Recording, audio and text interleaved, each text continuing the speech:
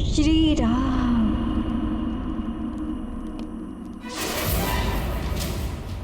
किसके लिए अपना ये अमूल्य समय नष्ट करी जा रही हो प्रिय? उस वलकल वस्त्र में लिपटे नर के लिए जिसकी विजय की कोई आशा नहीं, वो अपना राजपाट और भाग्य गवाकर वन वन भटकता है, धरती पर सोता है। ये तो शंका हो रही है कि वो कहीं जीवित भी है कि नहीं।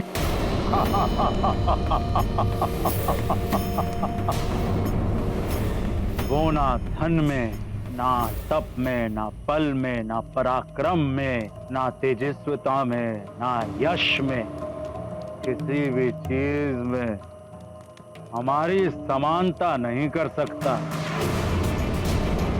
एक कृष्णांगी और नर नहीं, लंकेश दशानन रावण है तुम्हारे योग्य, जिसने मानव ही नहीं, यक्ष, गंधर्व, नवग्रह सब पर विजय पाई है। और तुम उस भिक्षुक वनवासी की प्रतीक्षा कर रही हो जो मेरे समक्ष तृण मात्र से भी अधिक नहीं है।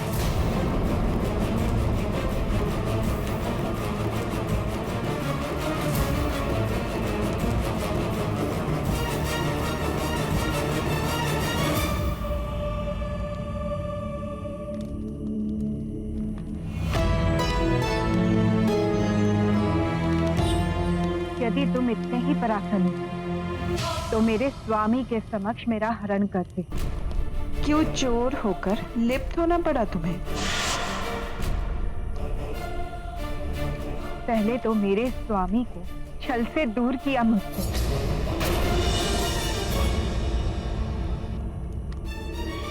फिर भ्राता लक्ष्मण को छल से दूर भेजकर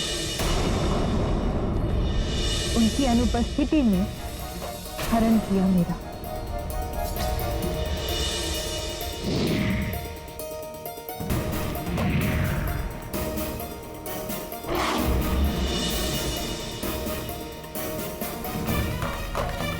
प्रतापी नहीं,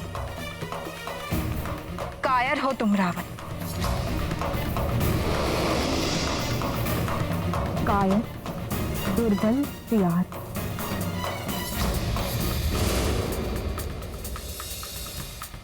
तो मेरे स्वामी पुरुष सिंह श्री राम और साक्षात नरबाग भ्राता लक्ष्मण का सामना कदापि नहीं कर सकता।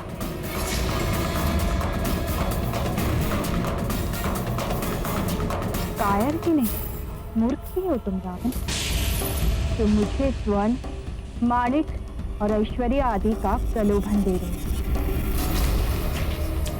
रावण, अपना चित्त मुझसे हटाकर अपनी पत्नियों पर केंद्रित कर, क्योंकि एक पर स्त्री पर कुदृष्टि रखने वाला तुम जैसा कुत्सित और निकृष्ट व्यक्ति सबकी घृणा का पात्र तो बनता ही, स्वयं के पतन का कारण भी बनता है।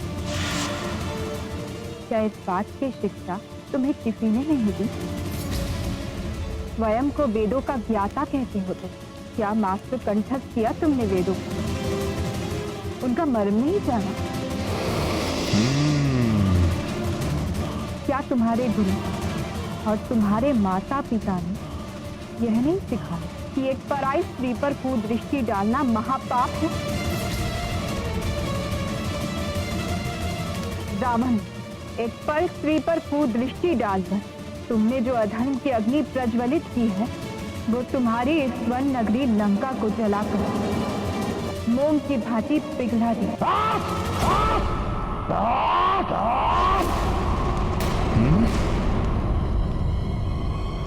बंद कर अपना ये प्रवचन। कोई अधर्म नहीं किया है हमने। ये राक्षस संस्कृति है। छल से या बल से किसी की भी पत्नी का हरण कर सकते हैं हम राक्षस। यद्यपि बल का प्रयोग करके हम चाहते तो तुम्हें विवश भी कर सकते थे, किंतु लंका में लाने के पश्चात हमने तुम्हें स्पर्श भी नहीं किया। क्यों? क्योंकि हम चाहते थे कि तुम स्वयं अपने मन से हमें स्वीकार करो। किंतु अब मेरा धैर्य समाप्त होता जा रहा है और तुम्हारा समय। हाँ, समय समाप्त होता जा रहा है तुम्हारा।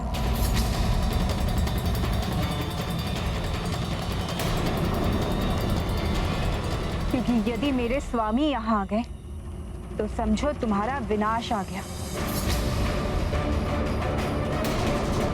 इसलिए अभी जो समय तुम्हारे पास बचा हुआ है रावण, उसका सदुपयोग करो। शुद्ध हृदय होकर मुझे मेरे स्वामी को लौटा दो। उनके चरणों में गिरकर क्षमा मांगो।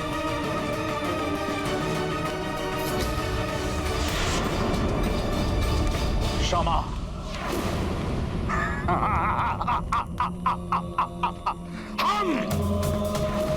हम मांगेंगे क्षमा एक साधारण मानव से?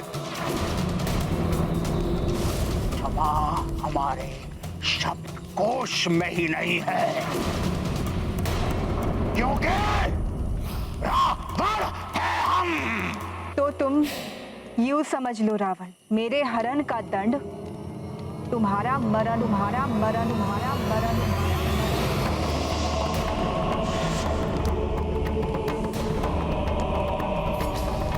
जिन्हें तुम साधारण मानव समझ रहे हो, उनके धनुष की टंकार मात्र से ही तुम्हारी ये लंका थरथरा उठेगी। उनके कंक पत्र वाले तीर चीर दे तुम्हारी और तुम्हारे राक्षसों की छाती। मान लीजिए स्वामी, देवी सीता की बात, आप क्यों अपने विनाश को आमंत्रण दे रहे हैं? विनाश तो अब तुम्हारा होकर ही रहेगा दुष्ट रावण। कहते हैं पुरुष स्त्री से जितना उन्होंने विनय करता है वो उसका उतना ही अधिक प्रिय हो जाता है, किंतु मैं तुम्हारे साथ जितने मीठे वचन बोलता हूँ तुम मेरा उतना ही तिरस्कार करती हो। तुम मेरी दया के योग्य नहीं हो। आज अभी मैं तुम्हें बलपूर्वक अपना बनाऊंगा।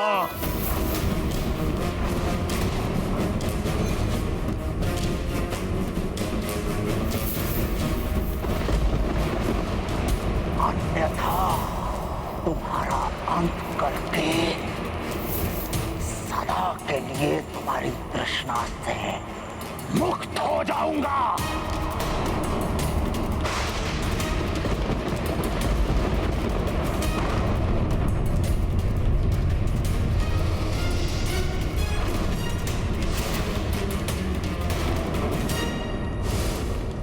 रावण, यदि अब सीता माता को स्पर्श भी किया तो इसी क्षण तुम्हारा अंत कर देगा हनुमान।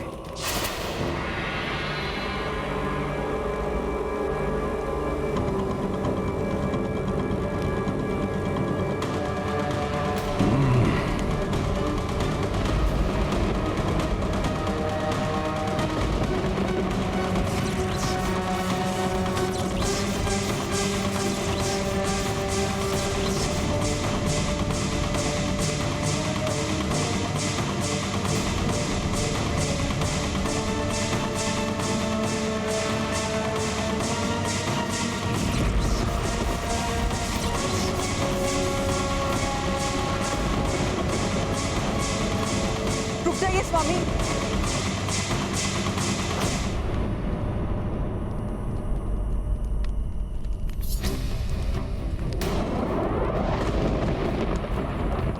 आप क्यों अपनी मृत्यु को आमंत्रण देना चाहते हैं? क्या आपको स्मरण नहीं है वो शाप जो नर कुबेर की गुहार के कारण ब्रह्मदेव ने आपको दिया था, जब आपने रंभा की इच्छा के विरुद्ध उन पर बल प्रयोग किया था। मैं तुम्हें श्राप देता हूं कि आज के पश्चात यदि तुमने किसी भी स्त्री की इच्छा के विरुद्ध उस पर बल प्रयोग किया या उसका प्रयास भी किया, तुम्हारा शीश 7 भागों में खंडित हो जाएगा।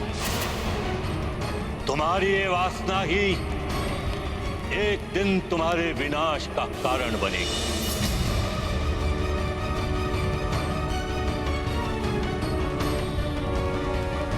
मैंने बल प्रयोग किया और मेरे 100 टुकड़े नहीं नहीं, श्राप सत्य भी हो सकता है।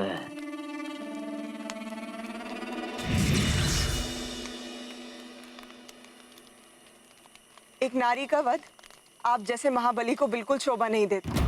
यदि देवी सीता अपनी इच्छा से आपको स्वीकार नहीं करना चाहती, तो आप इन्हें पूर्ण सम्मान के साथ इनके पति के पास वापस भेज दें।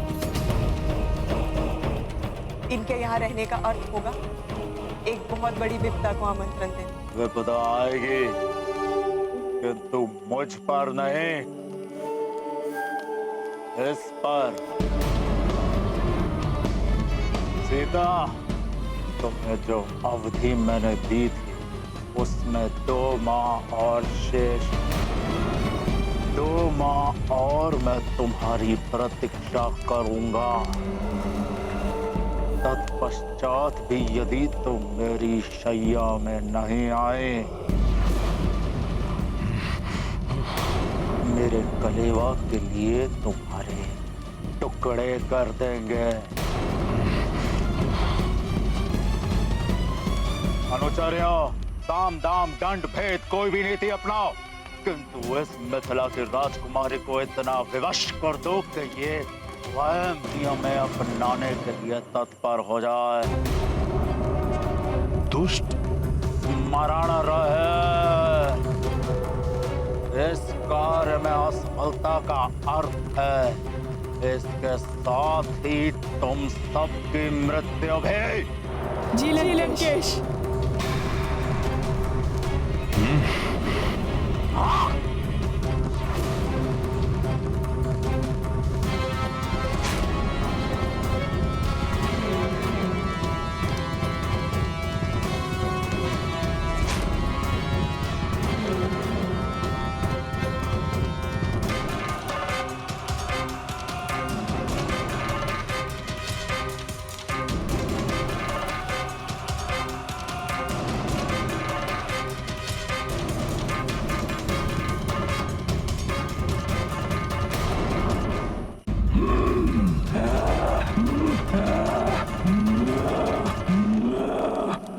बहुत शांत रह लिया मैं।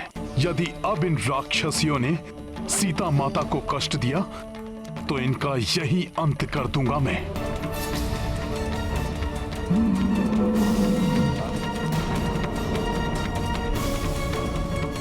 ये राक्षसियां कुछ भी कर लें, किंतु हनुमान के रहते माता सीता को कोई क्षति नहीं पहुंचा सकती।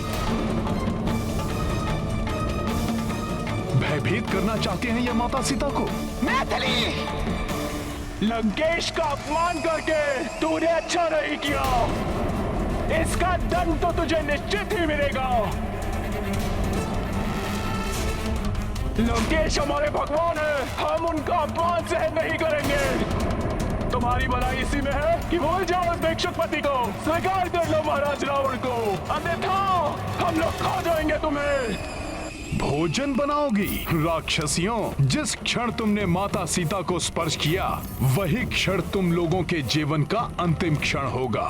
ये तुम्हारे जीवन का अंतिम क्षण है, स्वीकार कर लो हमारे भगवान लंकेश को।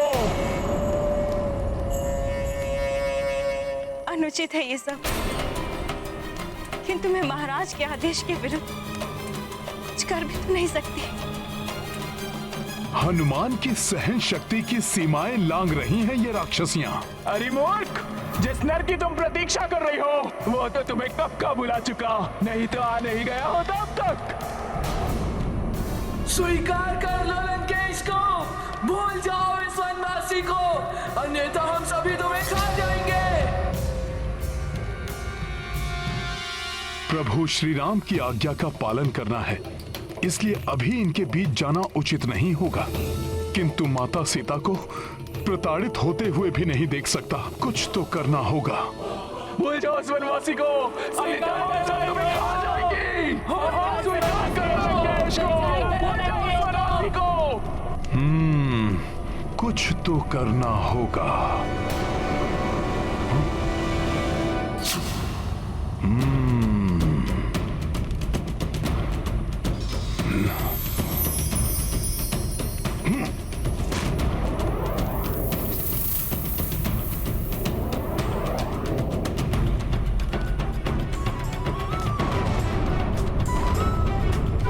ये क्या? ये विस्फोट कैसा?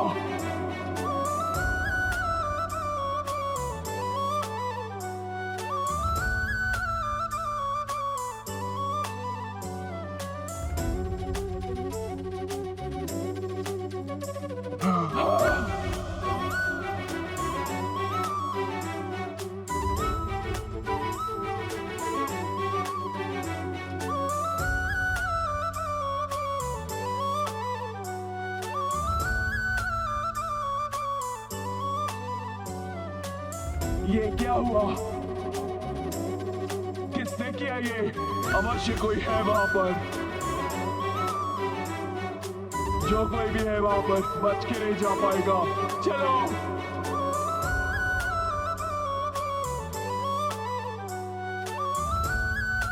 जय श्री राम। आपकी कृपा से हनुमान की युक्ति सफल रही प्रभु।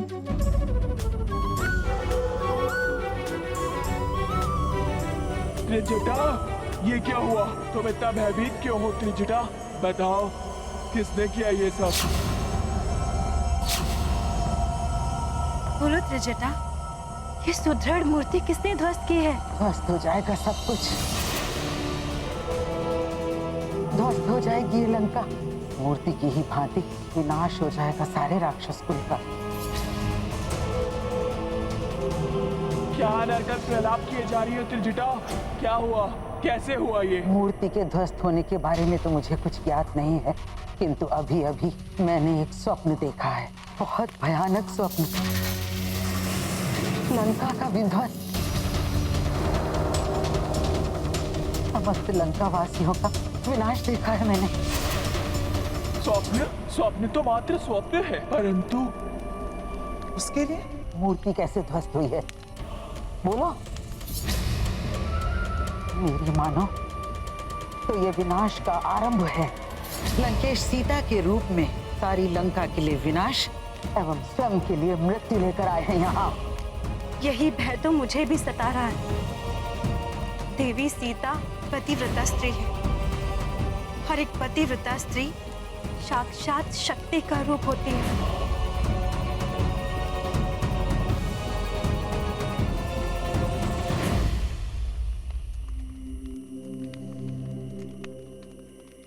माता को इस असीम दुख से मुक्त कराने के लिए हनुमान को इसी समय जाकर उन्हें अपने और प्रभु श्री राम के बारे में बताना होगा।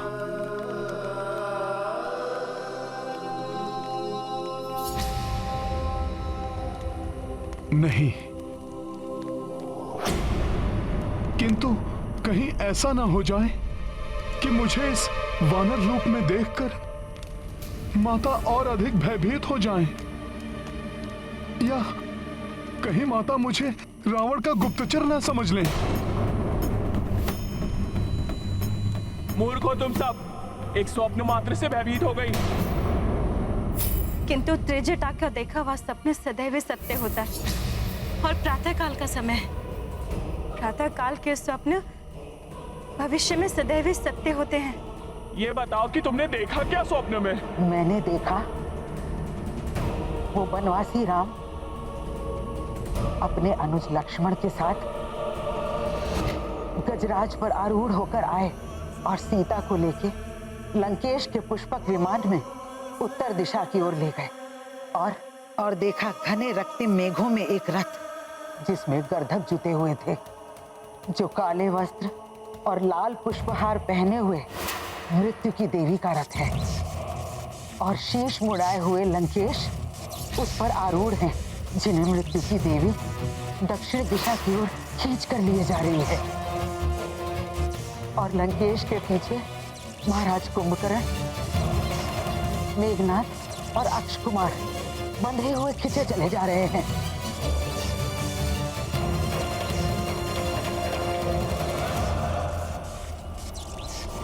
और पीछे छूट गई है ध्वस्त लंका, खंडहर बनी हुई, जहाँ चारों ओर अग्नि ही अग्नि दिखाई दे रही है।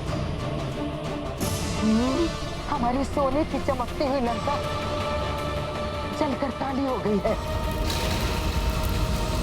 ऐसा भयानक दृश्य था कि किसी की भी आत्मा कांप उठे। मेरा अंतर्मन स्पष्ट संकेत दे रहा है मुझे कि देवी सीता का आना साक्षात मृत्यु की देवी का आगमन है।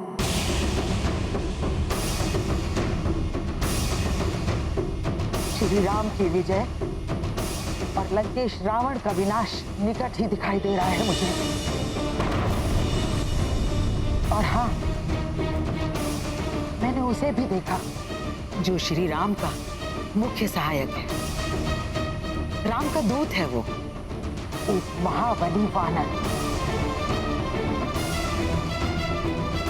वही हमारी स्वर्ण नगरी लंका को घास फूस की भांति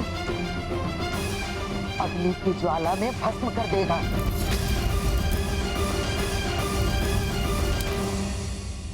शत्रु कितना भी भयभीत करे, पर आत्मविश्वास के साथ पूरी दृढ़ता से उसका सामना करना चाहिए।